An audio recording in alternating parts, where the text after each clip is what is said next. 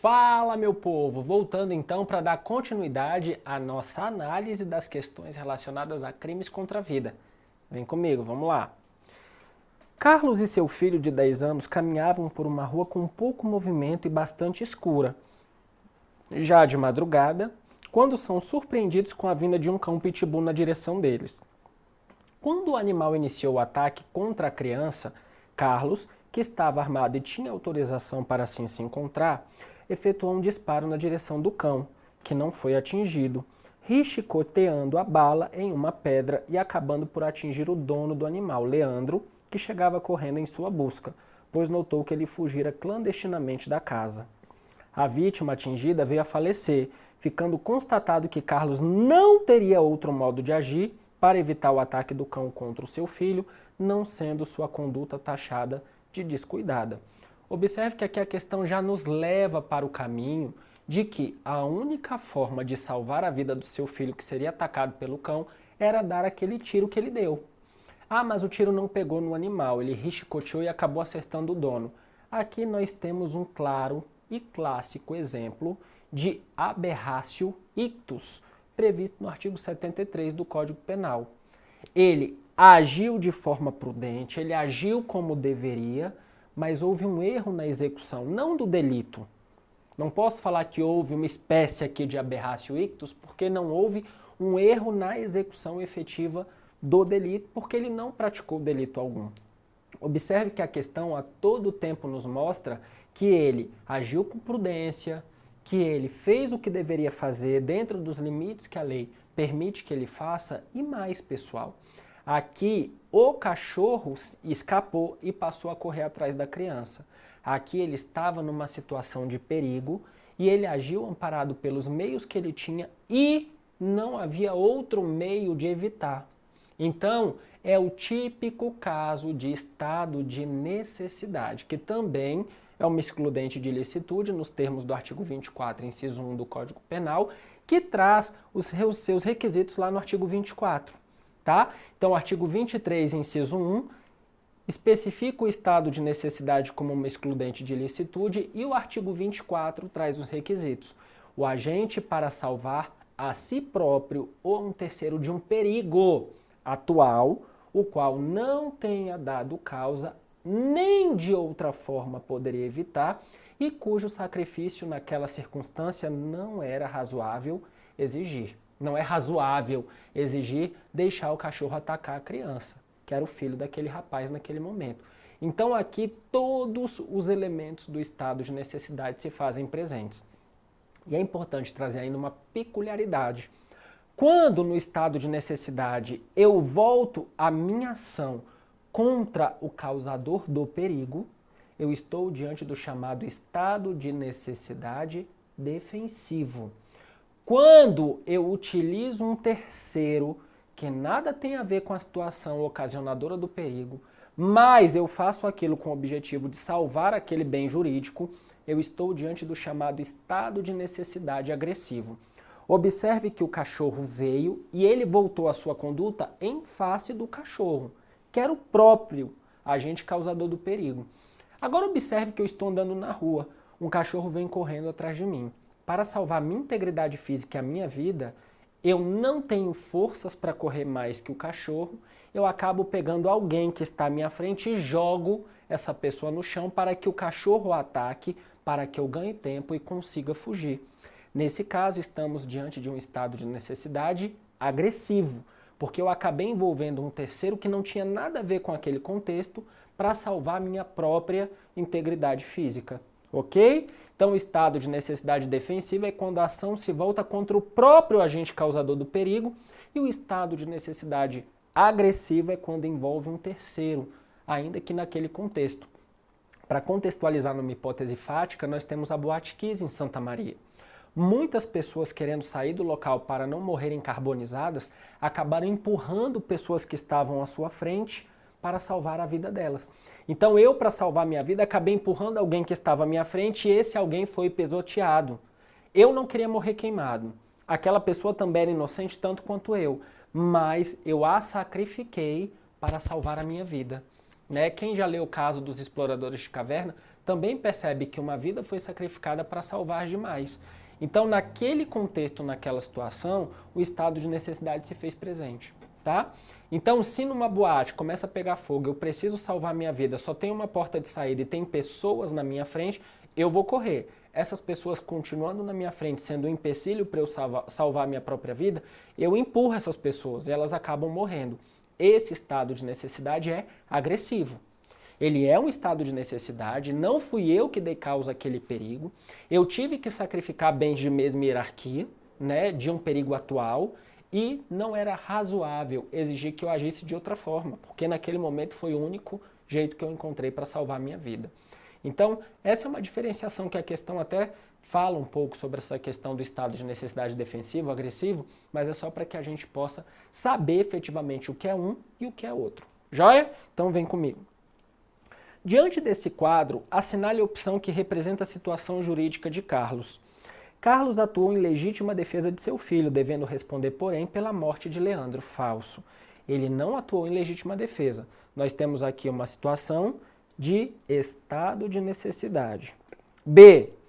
Carlos atuou em estado de necessidade defensivo, devendo responder, porém, pela morte de Leandro. Não, ele não responde pela morte de Leandro. Exatamente porque ele atirou com a devida cautela para poder acertar o cachorro e houve uma fatalidade. C. Carlos atuou em estado de necessidade e não deve responder pela morte de Leandro. Perfeito? Letra C é a nossa alternativa. E D. Carlos atuou em estado de necessidade putativo, razão pela qual não deve responder pela morte de Leandro. Pessoal, o que seria um estado de necessidade putativo? O estado de necessidade putativo é aquele que decorre do artigo 20, parágrafo 1º do Código Penal. É o estado de defesa imaginário. A legítima defesa também pode se dar na forma putativa. É quando as circunstâncias me levam a acreditar de forma contundente que eu estou dentro de uma espécie de situação em que eu ajo em legítima defesa, em que eu ajo em estado de necessidade, quando na verdade não é assim que funciona. É aquele clássico exemplo do policial que está subindo o morro, vê uma pessoa virar em sua direção com uma arma, ele dá um tiro acreditando que aquele é um traficante que vai atirar nele, e quando a pessoa cai, era um trabalhador que estava com uma furadeira na mão trabalhando. Então ele acreditou sinceramente que estava em legítima defesa e acabou usando o meio moderado e proporcional que estava ao seu alcance para repelir uma injusta agressão que existiu na sua cabeça. Eu estou dando aula, sinto um cheiro de fumaça horrível, tenho certeza que o prédio está pegando fogo. E eu saio correndo por aquela porta para tentar salvar a minha vida. Só que existe uma pessoa na porta que não está me deixando sair. E eu acabo sacrificando aquela pessoa para que eu possa sair.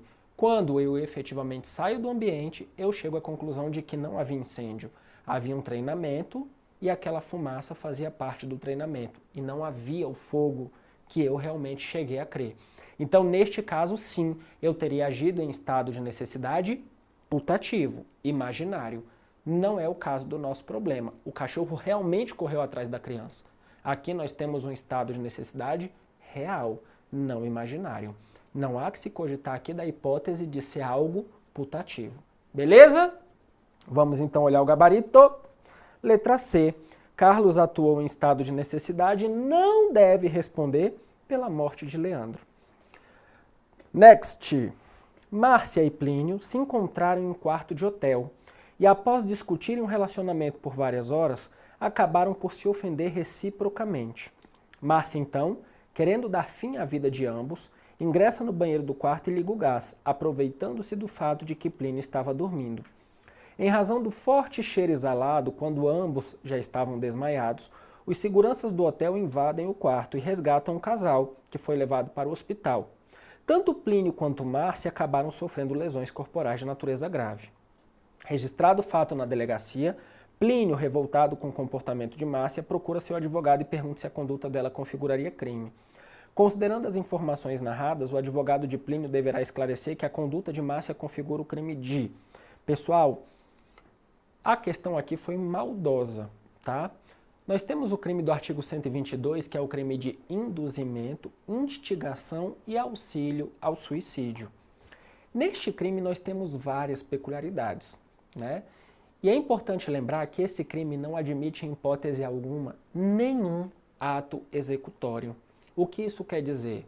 Quando uma pessoa presta auxílio a outra, esse auxílio pode ser até moral ou material, mas jamais pode envolver execução. Se um amigo meu, por exemplo, deseja se jogar de um penhasco, mas não tem como chegar até lá, e eu dou uma carona para levá-lo até o local em que ele vai se jogar, sim, eu respondo por auxílio ao suicídio.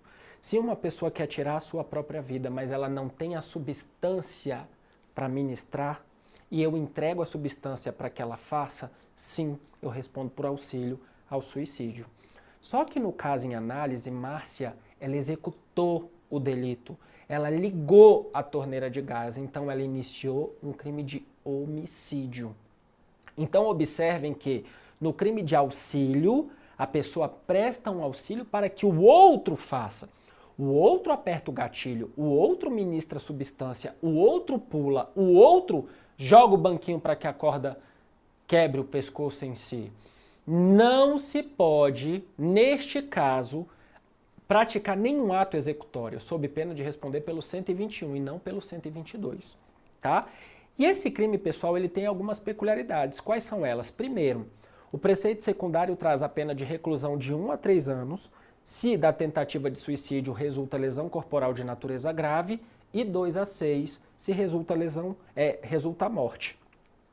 Se a lesão é leve ou não há lesão, a conduta do 122 é atípica, não é crime, porque tem que ter lesão grave ou morte. Não há crime sem lei anterior que o defina, nem pena sem prévia combinação legal. Então, é condição sine qua non para a existência desse crime ou a lesão grave ou a morte. Não havendo lesão grave nem morte, não há que se falar em tipicidade desse crime. Joia?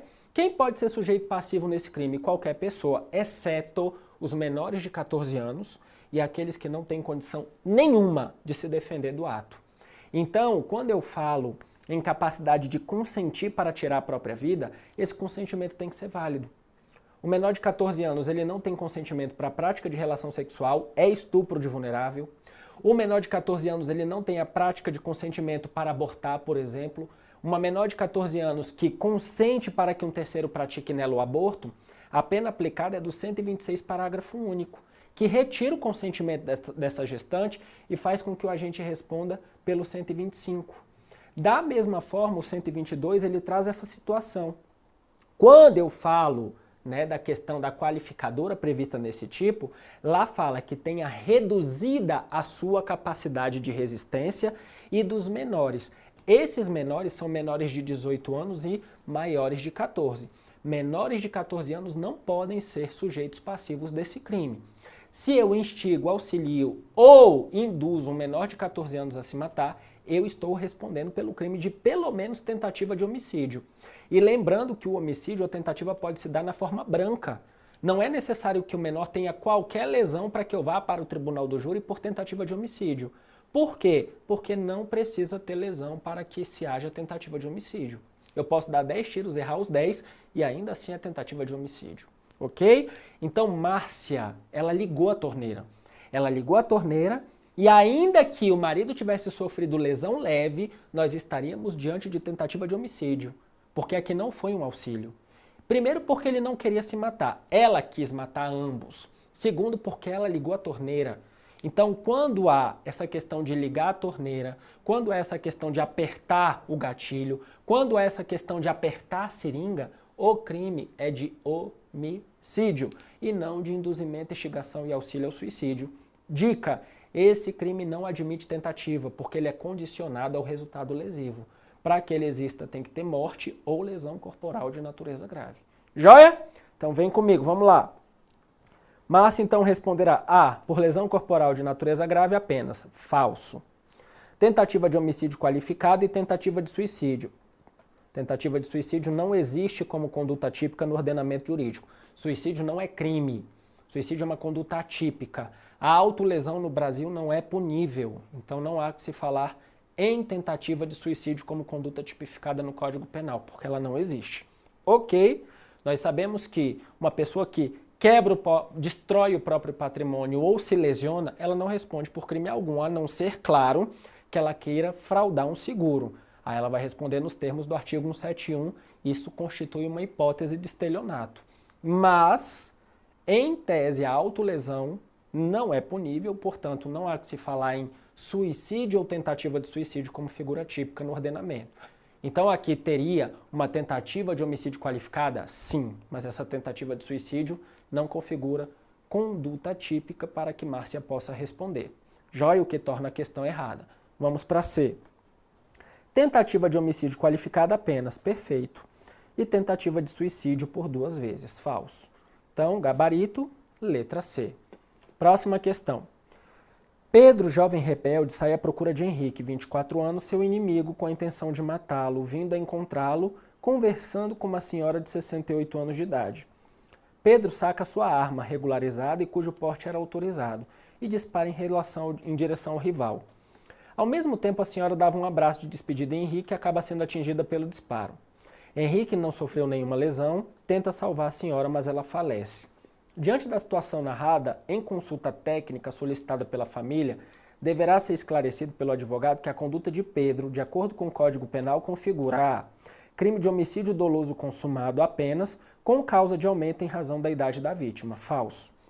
Nós estamos aqui, pessoal, diante da literalidade da lei, trazida pelo artigo 73 do Código Penal, aberratio ictus.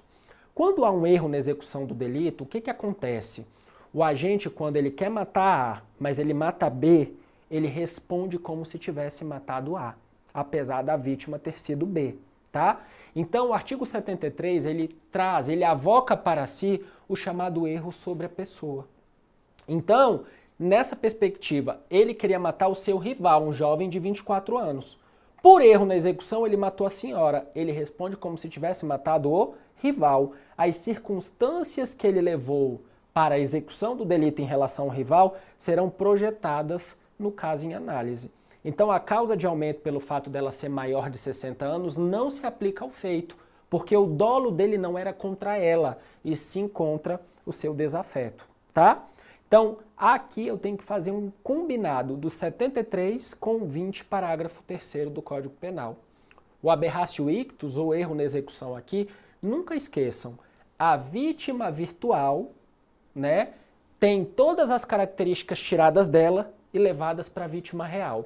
Então, se ele matou a senhora, desconsidere a figura da senhora e considere como se ele tivesse matado o desafeto. Então, tudo que envolve a relação dele com o desafeto, as motivações, tudo aquilo que levou o indivíduo a cometer aquele fato é levado em consideração na hora de aplicar a dosimetria da pena, na hora de fazer efetivamente a tipificação penal. Então, aqui eu considero as consequências e as circunstâncias em relação ao desafeto dele, não em relação à senhora. Ok? Vamos para B. Crime de homicídio doloso consumado apenas sem causa de aumento em razão da idade. Perfeito. Afinal de contas, o seu desafeto tinha 24 anos. E o parágrafo 4º do artigo 121, ele aumenta a pena do crime se a vítima é menor de 14 ou maior de 60, o que não é o caso. Letra C, crime de homicídio culposo consumado e tentativa de homicídio doloso em relação a Henrique. Não houve homicídio culposo aqui, né? Até porque a vítima, na verdade, a vítima real não morreu. E letra D, crime de homicídio culposo consumado sem causa de aumento pela idade da vítima. Gente, não posso falar em homicídio culposo na medida em que ele aponta a arma para matar e dar o tiro numa pessoa. A culpa decorre de negligência, imprudência e imperícia, quando a gente não quer o resultado e não assume o risco. Muito pelo contrário, ele quis o resultado, ele só errou a execução e acabou matando outra vítima em vez da vítima dele. Então ele responde como se tivesse matado a vítima que ele queria matar. Beleza? Vamos para o gabarito. Letra B.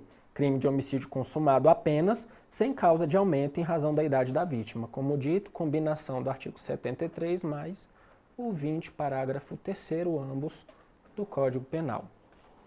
Próxima questão. Analise detidamente as seguintes situações. Casuística 1. Amarildo, ao chegar à sua casa, constata que sua filha foi estuprada por Terêncio. Imbuído de relevante valor moral, contrata Ronaldo, pistoleiro profissional, para tirar a vida do estuprador. O serviço é regularmente executado. Casuística 2. Lucas concorre para um infanticídio, auxiliando Julieta, parturiente, a matar o nascituro. O que efetivamente acontece?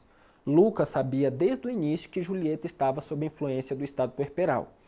Levando em consideração a legislação vigente e a doutrina sobre o concurso de pessoas, é correto afirmar que... Vamos analisar primeiro a casuística 1. Pessoal, quando a gente fala em homicídio privilegiado e homicídio qualificado, nós estamos falando de dois mundos muito diferentes, tá? O homicídio privilegiado, aquele previsto no parágrafo 1º do artigo 121, ele se dá quando o agente age impelido por relevante valor social, relevante valor moral, ou quando ele age logo em seguida em justa provocação da vítima, né? Dominado ali por violenta emoção. Quando a gente fala em relevante valor social, o que eu estou querendo dizer? O agente mora numa situação, numa localidade, em que um estuprador está fazendo várias vítimas, várias mulheres, e isso está causando pânico e terror social naquela comarca, naquele local. Esse justiceiro, um belo dia, vai lá e mata esse estuprador. Ele não tem mãe, ele não tem irmã, ele não tem nenhuma mulher na família que possa sofrer as consequências daquele ato. Ou até tem, mas não sofreu ainda. E aí ele vai e mata esse estuprador. Ele matou em nome do relevante valor moral. O privilégio, então, constitui uma causa de diminuição de pena, mas é um motivo relevante. Quando eu falo de algo que envolve moral, bons costumes, intimidade, dignidade sexual, eu estou falando de relevante valor moral. Então, estupraram a minha filha, a minha irmã, fizeram algo que envolve o meu amor, o meu sentimento enquanto pai, enquanto filho. Neste caso, eu estou falando de relevante valor moral, tá? O social está vinculado a uma sociedade, a uma coletividade. O moral está vinculado a algo mais afetivo.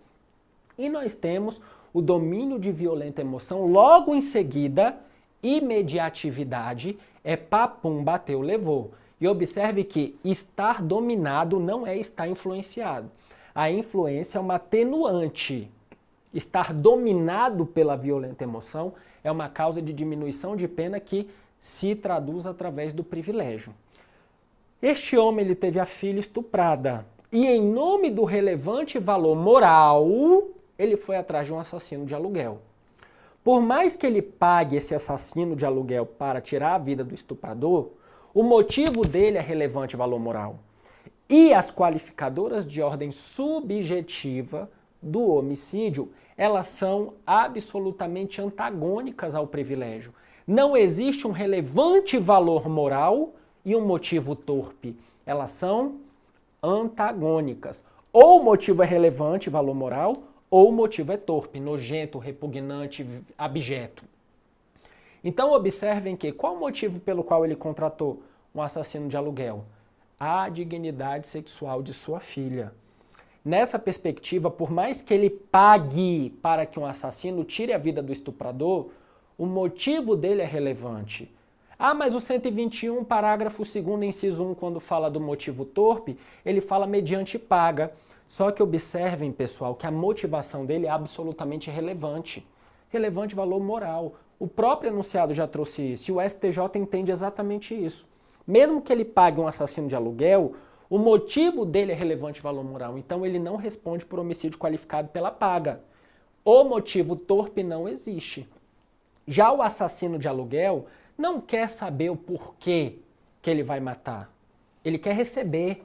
Ele é um assassino mercenário. Ele coloca o dinheiro acima da vida. Isso é abjeto, isso é nojento, isso é repugnante, isso é torpe. Então o assassino mercenário, ele tem um motivo para matar. Ele quer recompensa. Então, para o STJ, sempre que houver, mesmo que alguém pague para matar em nome da dignidade sexual, em nome de um amor a um filho ou coisa do tipo, ele está agindo amparado por um relevante valor moral. E quem recebe sempre estará matando pela recompensa. Então, o assassino mercenário, neste caso, estará amparado pela qualificadora do motivo torpe. Beleza? No segundo caso, a casuística 2, nós estamos falando do infanticídio. O infanticídio é um crime próprio, na verdade chamado pela doutrina de bipróprio. Por quê? O crime próprio é aquele que exige do agente ativo uma circunstância especial para a prática do crime. Assim como pode exigir do passivo, que é o caso. Para que haja infanticídio tem que ser a própria mãe que vai matar o próprio filho, influenciada pelo estado puerperal durante ou logo após o parto. Então são circunstâncias de caráter pessoal que envolvem mãe e filho. Quando a gente fala de um crime próprio, o que a gente não pode esquecer? O artigo 30 diz o seguinte: não se comunicam ao terceiro, ao estranho que participa da empreitada criminosa, as circunstâncias de caráter pessoal, salvo se elas forem elementares do crime. O que isso quer dizer? Eu quero matar o meu pai. Um amigo meu se une a mim para matar o meu pai. Matamos o meu pai. O fato dele ser meu pai está dentro do tipo penal? Não, não está. É uma agravante lá da parte geral. Então ela é uma circunstância de caráter pessoal que não é elementar do crime. Então essa agravante vai cair só sobre mim, que sou o filho. Esse meu amigo não vai ser apenado com agravante. Agora, quando eu falo do infanticídio, ser mãe é uma circunstância de caráter pessoal dessa mulher? É. Mas ela está na parte geral ou ela está dentro do próprio tipo? Dentro do próprio tipo. Está influenciada pelo estado puerperal? A mesma coisa. Durante ou logo após o parto? A mesma coisa. Então, observem que todas as circunstâncias de caráter pessoal do infanticídio, elas também são elementares do crime. Então, o terceiro que junto com essa mãe, sabendo de todas as elementares, é obrigatório que o agente tenha conhecimento de todas as elementares, ela vai se comunicar a ele. Tá? Então, quando a gente fala em crime próprio, eu estou falando de circunstâncias elementares do crime de caráter pessoal que se comunicam ao terceiro. Então, o crime próprio, pessoal, admite tanto coautoria quanto participação, diferente dos crimes de mão própria, que só admitem participação e não admitem coautoria. Então, quando eu falo do infanticídio, ele é um crime próprio, e se o terceiro sabe que a mãe sabe que ela vai matar o próprio filho, sabe que ela está influenciada pelo estado puerperal e que isso vai acontecer durante ou logo após o parto e ele, em coautoria ou participação com ela, auxilia, ele atrai para si o dolo de infanticídio. Ele responde juntamente com a executora pelo crime de infanticídio. Ok? Feitas essas análises, vamos olhar os itens. No exemplo 1, Amarildo responderá pelo homicídio privilegiado e Ronaldo pelo crime de homicídio qualificado por motivo torpe. Perfeito. No exemplo 2, Lucas e Julieta responderão pelo crime de infanticídio. Está aqui a nossa resposta. Era isso que a gente precisava. No exemplo 1, Amarildo responderá pelo homicídio privilegiado e Ronaldo pelo crime de homicídio simples, ou seja, sem privilégio pelo fato de não estar imbuído de relevante valor moral. Falso. Ele matou mediante recompensa. Então o homicídio dele não é simples, é qualificado. No exemplo 2, Lucas, que não está influenciado pelo estado puerperal, responderá por homicídio e Julieta pelo crime de infanticídio. Falso. Ambos responderão por infanticídio por ser um crime próprio que admite coautoria. No exemplo 1, Amarildo responderá pelo homicídio privilegiado e Ronaldo pelo crime de homicídio simples. Falso. No exemplo 2, tanto Lucas quanto Julieta responderão pelo crime de homicídio. Falso. Letra D. No exemplo 1, Amarildo responderá pelo homicídio privilegiado e Ronaldo pelo crime de homicídio qualificado pelo motivo fútil. Não é fútil, é torpe.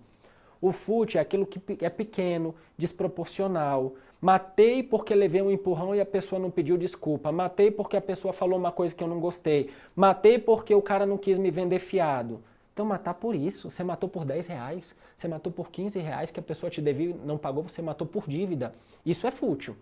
Agora, torpe é quando você mata por recompensa, promessa de recompensa ou outro motivo torpe, egoísta. Ficar com a herança, ficar com a casa da pessoa, ficar com o cargo da pessoa, você desejar a vida da pessoa. Isso é torpe. A torpeza está muito ligada ao sentimento do egoísmo, tá bom? Então há uma grande diferença entre o inciso 1 e o inciso 2 do parágrafo 2º do artigo 121. E é bom fazer essa diferença porque a gente viu que a FGV cobra. Joia? Então, finalizando, no exemplo 1, Amarildo responderá pelo homicídio privilegiado e Ronaldo pelo crime de homicídio qualificado por motivo torpe. No exemplo 2, Lucas, que não está influenciado pelo estado puerperal, responderá por homicídio e Julieta pelo crime de infanticídio. Falso. Peculiaridade de um crime próprio. Ok, povo. Espelho. Letra A. No exemplo 1, Amarildo responderá pelo homicídio privilegiado e Ronaldo pelo crime de homicídio qualificado por motivo torpe. No 2, ambos responderão por infanticídio. Beleza, meu povo? Então vamos beber uma água e a gente volta e finaliza a nossa aula sobre crimes contra a vida. Até já!